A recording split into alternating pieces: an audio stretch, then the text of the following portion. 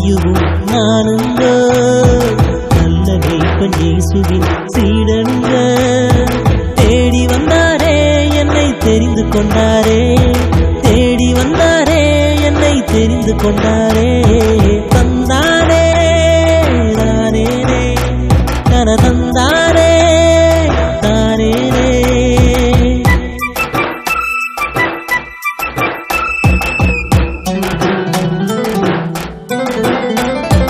தந்தாரே தானேனே தன தந்தாரே தானேனே. நோய்கள் பேய்கள் விரட்டிடவே கற்பித்தார், பரிசுத்தத்தை காத்துக்கொள்ள போதித்தார். நோய்கள் பேய்கள் விரட்டிடவே கற்பித்தார், பரிசுத்தத்தை காத்திடவே போதித்தார். வல்லமை தேவன் உனக்கும் உண்டு, இயேசுவின் சீடனாய் நீயும் மாறிடு. தந்தானே தானேனே தன தந்தானே தானேனே. தந்தானே தானேனே தன தந்தானே தானேனே. இயேசு கிறிஸ்துவின் நாமத்தில் திருநெல்வேலி திருமண்டல சிறுவர் ஊழியத்தின் சார்பில் உங்கள் எல்லாரையும் பார்க்குறதுல ரொம்ப சந்தோஷம். சிறு பிள்ளைகளாகிய உங்கள் மத்தியில் ஆண்டவருடைய ஊழியத்தை சிறப்பாய் இம்மட்டும் செய்வதற்கு ஆண்டவர் கொடுத்த கிருபைகளுக்காக ஆண்டவருக்கு நன்றி சொல்லுகிறோம். இந்த ஊழியத்தில் சிறியவர்களாகிய பெரியவர்களாகிய நீங்கள் செய்கிற ஒவ்வொரு உதவிகளுக்காக பங்களிப்புக்காக நன்றி சொல்லுகிறோம். நம்முடைய பிள்ளைகளுக்காக நம்முடைய சந்ததியை ஆண்டவருக்கு கொண்டு சேர்க்கும் இந்த மாபெரும் பணியில் ஆண்டவர் எங்களை பயன்படுத்தி கொண்டு வருகிறார். இந்த பணிகளை செய்வதில் எங்களுக்கு மிகுந்த சந்தோஷம். கடந்த 125 வருடமாக இந்த ஊழியம் சிறப்பாக நடந்து கொண்டிருக்கிறது. திருநெல்வேலி திருமண்டல சிறுவர் ஊழியத்தின் தலையாய பணி நம்முடைய பிள்ளைகளுக்கு பரிசுத்த வேதாகமத்தை ஆண்டவருடைய வார்த்தைகளை கற்றுக் கொடுப்பது தான். திருநெல்வேலி திருமண்டலத்தில் உள்ள திருச்சபைகளில் சுமார் 300 ஞாயிறு பள்ளிகளை ஒருங்கிணைத்து கிரமமாக வாரம் வாரம் அந்த பிள்ளைகளுக்கு ஆண்டவருடைய சத்தியங்களை சொல்லிக் கொடுக்குறோம். அதுபோக திருநெல்வேலி தூத்துக்குடி மாவட்டங்களில் உள்ள அநேக பள்ளிக்கூடங்கள், பட்டி தொட்டியில் உள்ள எல்லா பள்ளிக்கூடங்களையும் சந்திக்கிறோம். பள்ளிக்கூடத்தில் உள்ள குழந்தைகளுக்கு ஆண்டவருடைய வார்த்தைகளை அவர்களுக்கு புரியும் மொழியில் கொடுக்கிறோம். வேதாகம கலகங்கள் என்ற பெயரில் இந்த ஊழியங்களை செய்து கொண்டிருக்கிறோம். ஒவ்வொரு மாதமும் சுமார் 325 பள்ளிக்கூடத்தில் உள்ள ஆயிரக்கணக்கான குழந்தைகளை நாங்கள் சந்திக்கிறோம். நம்முடைய சந்ததிக்கு நம்முடைய பிள்ளைகளுக்கு ஆண்டவருடைய வார்த்தைகளை கற்றுக் கொடுப்பதை விட சிறந்த மிக முக்கியமான பணி எதுவும் இல்லை என்பது எங்களுடைய திட்டவட்ட நம்பிக்கை.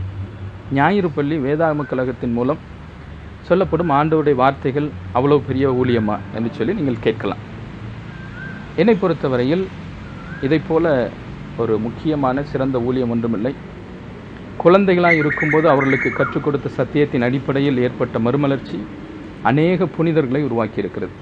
நான் உங்களுக்கு நடந்த ஒரே ஒரு சம்பவத்தை சொல்லி கடந்து செல்லாம் என்று சொல்லி ஆசைப்படுகிறேன். 19ஆம் நூற்றாண்டின் சிறந்த அருட்பணியாளர், the greatest evangelist of 19th century என்று சொல்வார்கள், D.L. மூடி. அவர் ஆண்டவருக்குள் வந்த பாதை, அவர் ஆண்டவரை ஏற்றுக்கொண்ட அனுபவம் மிகவும் ஆச்சரியகரமானது. அது நம்மை உற்சாகப்படுத்தும் என்று சொல்லி நம்புகின்றேன். D.L. மூடி ஒரு ஏழ்மையான குடும்பத்தில் பிறந்தார். அவருடைய தகப்பனார் 41 வயதில் இறந்து போனார். பிழைப்புக்கு வழி இல்லை. D.L. மூடிக்கு படிப்பும் வரலை, ஒரு பணியும் கிடைக்கவில்லை.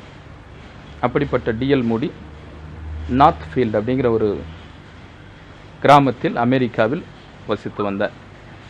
ஒரு வேலையும் கிடைக்கல, படிப்பும் இல்லை. அவருடைய தாயார் D.L. மூடியை ஒரு இடத்துல பணி செய்வதற்காக அனுப்பினார். கடைசியில் அவருடைய மாமா நடத்திய ஒரு செருப்பு கடையில் பணி செய்வதற்காக D.L. மூடிக்கு ஒரு வாய்ப்பு கிடைத்தது. செருப்பு கடையில் செருப்புகளை எல்லாம் அடுக்கி வைக்கின்ற ஒரு பணி. படிப்பறிவற்ற, பக்தி இல்லாத, எந்த விதமான பெரிய மனிதன் போன எந்த விதமான அடையாளம், பணம், பக்தி, அறிவு ஒன்றுமில்லாத ஒரு 17 வயது பையன் ஒரு செருப்பு கடையில் வேலை செய்வதற்காக சென்றார். பாஸ்டன் அப்படிங்கிற ஒரு ஊரில். அவருடைய மாமா அவருக்கு ஒரே ஒரு காரியம் மாத்திரம் சொன்னார். செருப்பு கடையில் உன்னை பணிக்கு நான் வைக்கணும் அப்படின்னு சொன்னால், நீ எங்கள் ஊரில் நடக்கிற திருச்சபையில் உள்ள ஆராதனைக்கு போகணும். அது ஒரு தான் கண்டிஷன். ஞாயிற்றுக்கிழமை ஆலயத்துக்கு போகணும், ஆலயத்துக்கு போனால் தான் உனக்கு வேலை. அதனால் விருப்பமில்லாமல் டிஎல் மூடி ஆலயத்திற்கு சென்றார். ஆலயத்தில் பிரசங்கியார் பிரசங்கம் பண்ணும்போதெல்லாம் டிஎல் மூடி தூங்கி கொண்டிருப்பது வழக்கம். அந்த ஆலயத்தில் பணி செய்த போதகர் டிஎல் மூடியை குறித்து சொன்னது, அவர் சிறுபையனாக இருக்கும்போது 17 வயசில் திருச்சபைக்கு வருவார். பெரும்பாலான பிரசங்கம் பண்ணும்போது தூங்கி விடுவார். கடைசியில் என்ன பண்ணியிருக்கிறாங்க, ஒரு டீக்கன் டிஎல் மூடி தூங்குகிறாரா அவரை எழுப்பி விடணும் அப்படின்னு சொல்லி ஒரு டீக்கனை டிஎல் மூடியை கவனிப்பதற்காகவே பொறுப்பாக வைத்து விட்டார்கள். அதிலிருந்து டிஎல் மூடி தூங்கவில்லை என்று சொல்வார். அப்படிப்பட்ட ஒரு பையன். அந்த பையனை சண்டே ஸ்கூலுக்கு போனார். அந்த சண்டே ஸ்கூலில் அவருக்கு ஒரு ஆசிரியர் அறிமுகமானார்.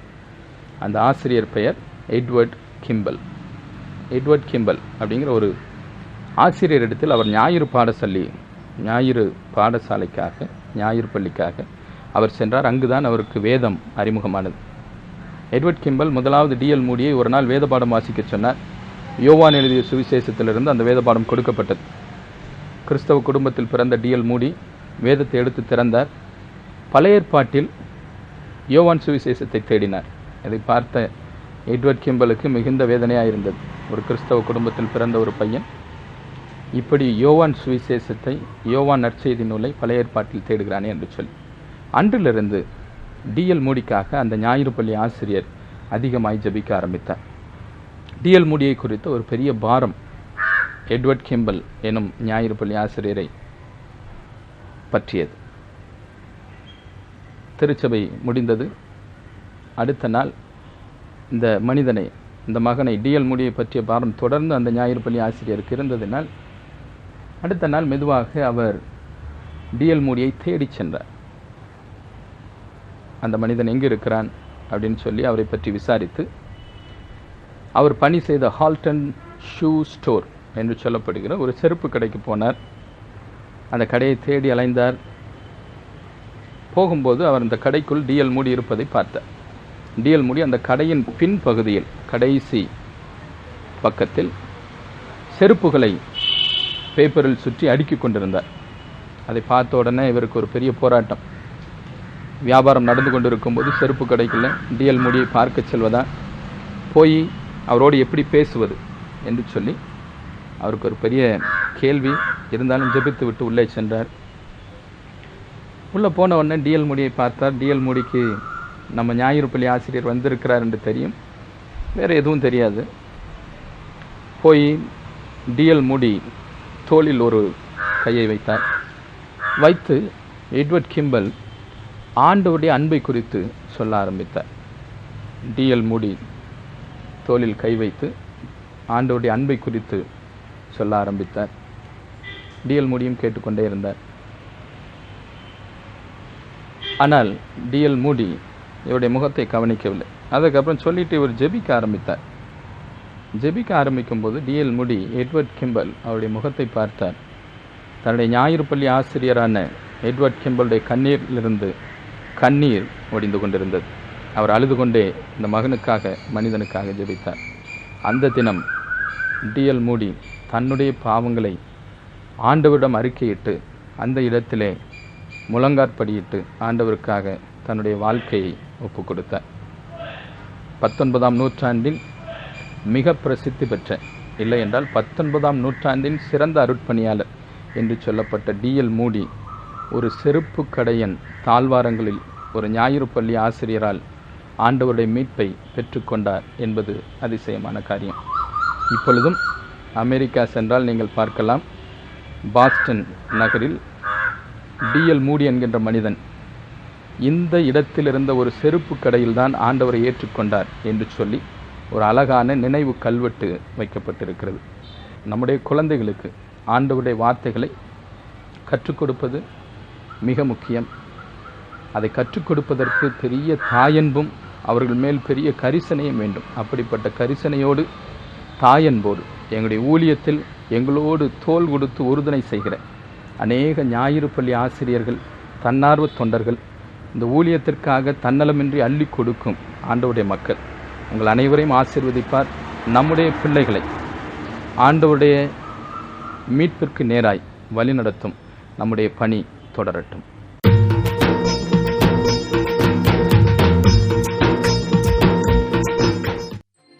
பிங்கு மம்மி இவ்வளவு நேரம் எங்கடா போயிட்டு வர?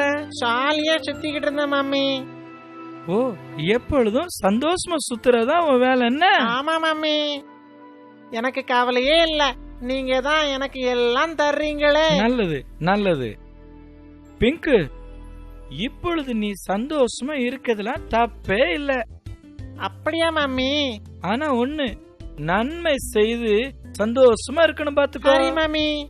நற்செயல். எனக்கு ஒரு டவுட் மம்மி. என்ன டவுட்? நற்செயல்ல என்ன, நன்மைன்னா என்னன்னு சொல்லுங்க மம்மி. அப்படி கேளு. நற்செயல் நன்மை அப்படின்னா என்ன தெரியுமா? மற்றவங்களுக்கு உதவுவது. யாராவது ஒருத்தர் கீழே விழுந்துட்டாங்கன்னா நீ என்ன பண்ணுவ? மம்மி, யாராவது கீழே விழுந்துட்டா நான் மேல ஏறி கிடுன்னு ஓடிடுவேன் மம்மி. ஐயோ, அப்படி எல்லாம் செய்யக்கூடாடா. அப்படியா? அவங்கள தூக்கி விடணும். ஆஹா. அது மாத்திரமல்ல, யாராவது அழுதுகிட்டு இருந்தா ஏன் அழுறீங்க, அழாதீங்க, உங்களுக்கு என்ன வேணும் அப்படின்னு பேசினாலே நல்ல செயல் தான் அர்த்தம். அப்படியா மம்மி? பசியோடு இருக்கிறவங்களுக்கு உணவு கொடுக்கறது, எந்த தவறு செய்யாம நல்லவனா இருப்பதும் நற்செயல் தான். இவ்வளவு இருக்கா மம்மி? நிறைய இருக்கு. சரி மம்மி, நான் கூட நன்மை செய்யறதுக்காக முயற்சி பண்ணட்டுமா மம்மி? முயற்சி இல்லடா, தீர்மானம் எடுத்துக்கிடணும்.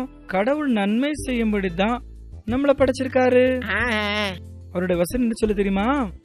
நன்மை செய்ய உனக்கு திராணி இருக்கும்போது, அதாவது பலன் இருக்கும்போது அதை செய்யத்தக்கவர்களுக்கு செய்யாமல் இராதே. மம்மி? ஆமாடா மம்மி, நான் கூட இனிமே என்னுடைய ஃப்ரெண்ட்ஸ் என்னுடைய இடத்துல இருக்கிற பெரியவங்க எல்லாருக்குமே நான் உதவி செய்யறேன் மம்மி. குட், ரொம்ப நல்லது. என் மகனா மகன்தான். Thank you mummy. Bye bye bye பாய்.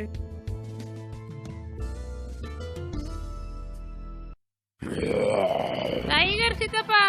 என்னப்பா? நம்ம சிங்கராஜா கொஞ்ச நாளா சுகம் இல்லாம எவ்வளவு கஷ்டப்பட்டாரு. நீங்க ஏதாவது உதவி செய்யலாம்ல? அவருக்கு தான் வயசாயிட்டு போக வேண்டியது தானே. நீங்க ஏன் இவ்வளவு கஷ்டப்பட்டு அவரை காப்பாத்தணும்னு நினைச்சிட்டு இருக்கீங்க? ஏன் இப்படி எல்லாம் பேசுறீங்க? இந்த பாரு, அவன் போயிட்டா தேர்தலே இல்லாம நான் இந்த காட்டுக்கு ராஜாவாக வந்துருவேன். அதுக்கு தான் இப்படி சொல்றேன். ஐயோ, நீங்க ரொம்ப பேராசைப்படுறீங்க டைகர் சித்தப்பா. நான் உங்ககிட்ட பேசி நேரத்தை வீணடிக்க விரும்பல. நான் சீக்கிரமா ராஜாவை போய் பாக்குறேன். போப்பா. டைகர் மாமா, என்ன பேசிட்டு இருக்கீங்க? அது சிங்கராஜாவுக்கு உடம்பு சரியில்லையாம். அவனை பார்க்கறதுக்கு காப்பாத்துறதுக்கு காட்டுக்குள்ள ரொம்ப முயற்சி பண்ணிருக்காங்க. அப்படியா? நானும் போறேன் மாமா. பிங்கு, வா வா, நாம போய் சிங்கராஜாவை பாப்போம். போங்க போங்க, எல்லாரும் போங்க. நானும் வந்து பார்க்கிறேன் அவன் கண்டிஷன் என்னன்னு. வாங்க போவோம்.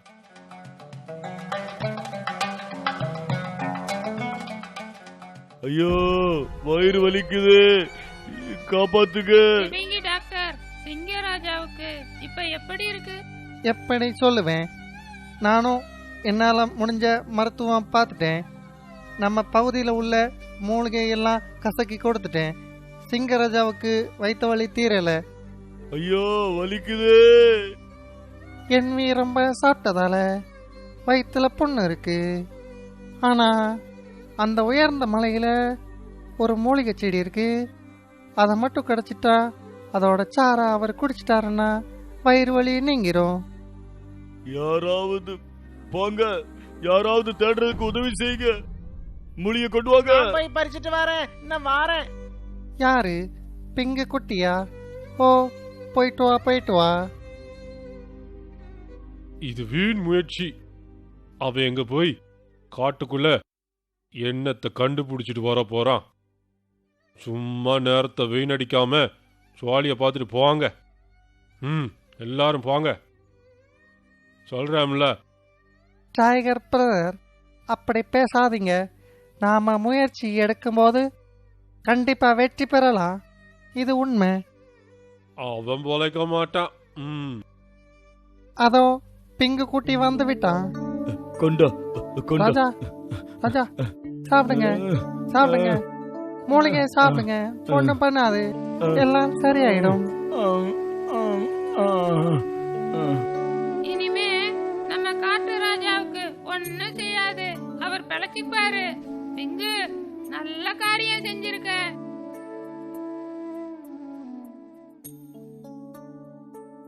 என்னப்பா, நான் ஒன்னு நினைச்சேன், இன்னொன்னு நடந்துருச்சு. பொழைச்சிட்டான இந்த சிங்க பய. நான் இனி ராஜாவை வர முடியாது போலயே.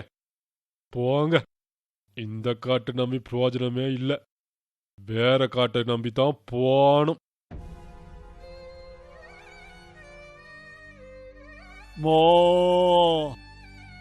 மாமா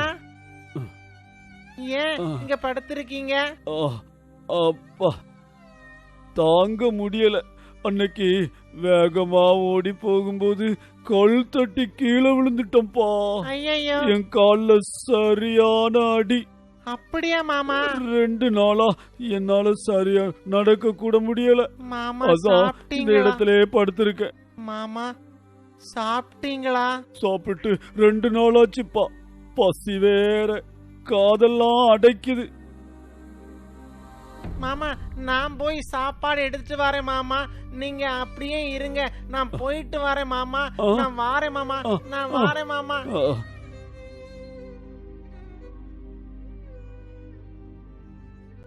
மாமா இந்தாங்க மாமா, இத சாப்பிடுங்க. இந்தாங்க சாப்பிடுங்க, இந்தாங்க பசியோட இருந்த வாங்கிக்கோங்க. எனக்கு எவ்வளவு பெரிய காரியம் செஞ்சிருக்க பிங்கு. நன்றி, உன் உதவிய மறக்க மாட்டேன். மாமா இந்தாங்க மாமா, இத சாப்பிடுங்க. நன்மை செய்யணும்னு சொல்லி ஏசப்பா சொல்லி இருக்காங்க, அதத்தான் மாமா நான் செஞ்சேன். நீங்க இத சாப்பிடுங்க. தேங்க்ஸ்லாம் ஒன்னும் சொல்ல வேண்டாம் மாமா, இந்தாங்க சாப்பிடுங்க. ரொம்ப சந்தோஷமா இருக்கு பிங்கு. இந்தாங்க வாங்கிக்கோங்க.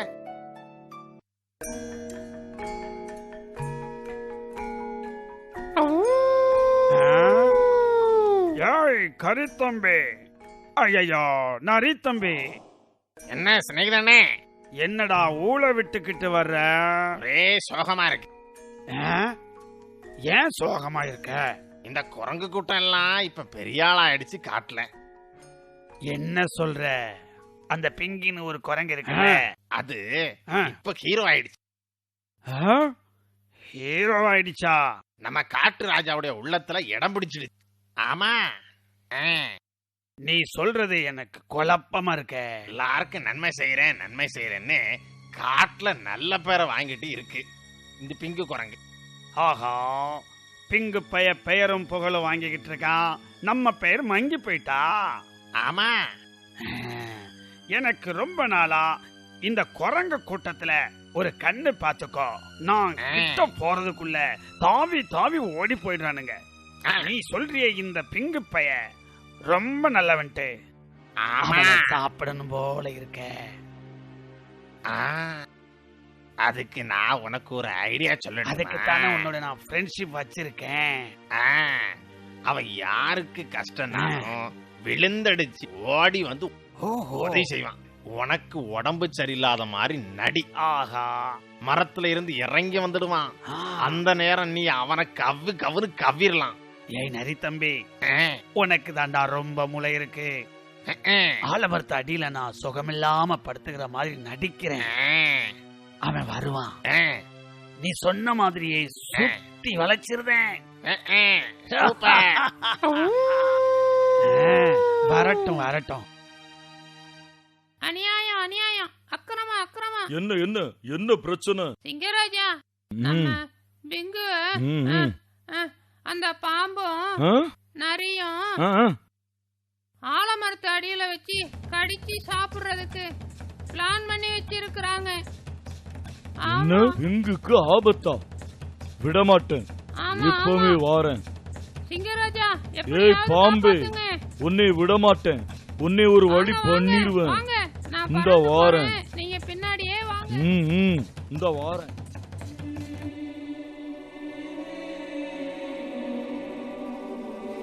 யாராவது வந்து என்ன காப்பாத்துங்க. ஐயோ குளிர் காய்ச்சல்ல என்னால ஊர்ந்து போக முடியலையே. ஐயோ தாங்க முடியல. என் வாழை கூட என்னால ஆட்ட முடியலையே. Help me, help me. ஐயோ, எதுக்காக ஸ்நேகன் இப்படி துடிக்கிறான்? ஏன் துடிக்கிறான்? நான் அவனுக்கு ஏதாவது உதவி செய்யணுமே. என்ன செய்யறது? ஐயோ பாவம், ஏதாவது உதவி செய்யணும். ஸ்நேகன், உனக்கு என்னாச்சு? ஏன் இப்படி சத்தம் போட்டுக்கிட்டு இருக்க? நான் நினைச்ச மாதிரி இந்த பையன் வந்துட்டான். பிங்கு, எனக்கு நேற்றையில இருந்து சுகம் இல்லப்பா. என்னால ஒரு பக்கம் கூட ஊர்ந்து போகவே முடியல. குளிர் காய்ச்சல்பா. ஐயா, இந்த காட்டுக்குள்ள உனக்கு என்ன கொண்டு வந்து உன் காய்ச்சலை போக்கணும்னு தெரியல. ஏன் கிட்ட வந்து என்ன கொஞ்சம் தூக்கி விட. பக்கத்துல வந்து உன்னை தூக்குற அளவுக்கு எனக்கு சக்தி நீ இல்லையே. என் தலைய பிடிச்சு கொஞ்சம் தூக்கினா எனக்கு போதும் பிங்கு. என்னால முடிஞ்ச ஹெல்ப்ப உனக்கு நான் பண்றேன். இந்த வாரேன். வாடா. எப்படி தூக்கணும்? இப்படி தூக்கினா போதும். காப்பாத்துங்க. கனவு கண்டுகிட்டு இருந்தேன் சாப்பிடுறதுக்கு. ஐயோ, காப்பாத்துங்க. காப்பாத்துங்க. காப்பாத்துங்க.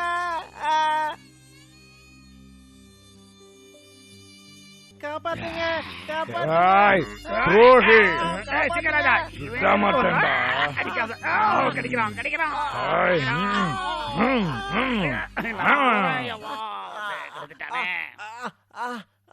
பிங்கு, உனக்கு ஒன்னும் ஆகலடா. நல்ல நேரத்துல வந்து என்ன காப்பாத்திட்டீங்க மாமா. நன்றி மாமா. பிங்கு, குறிப்பா நீ நல்லதே செய்யறவன்டா. உனக்கு நல்லது தாண்டா நடக்கும். ஆமாடா. நன்றி மாமா. வா வா, உன்னைய வீட்டுல கொண்டு விட்டு வரேன். சரி மாமா. இந்த நற்கிரியை உன்னில் காண வேண்டுமே, இந்த நற்கிரியை உன்னில் நிலைக்க வேண்டுமே. அப்போ அப்போ நீதான் பெஸ்ட், இப்போ இப்போ நீதான் பெஸ்ட், நீதான் பெஸ்ட்.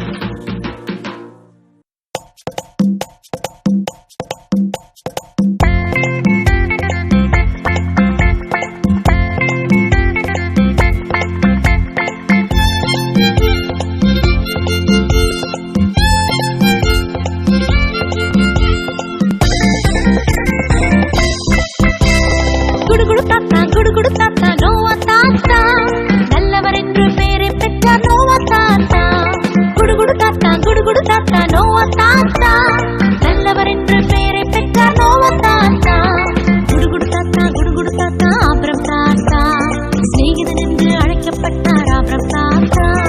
குடு குடு தாத்தா, குடு குடு தாத்தா, ஆபிரம்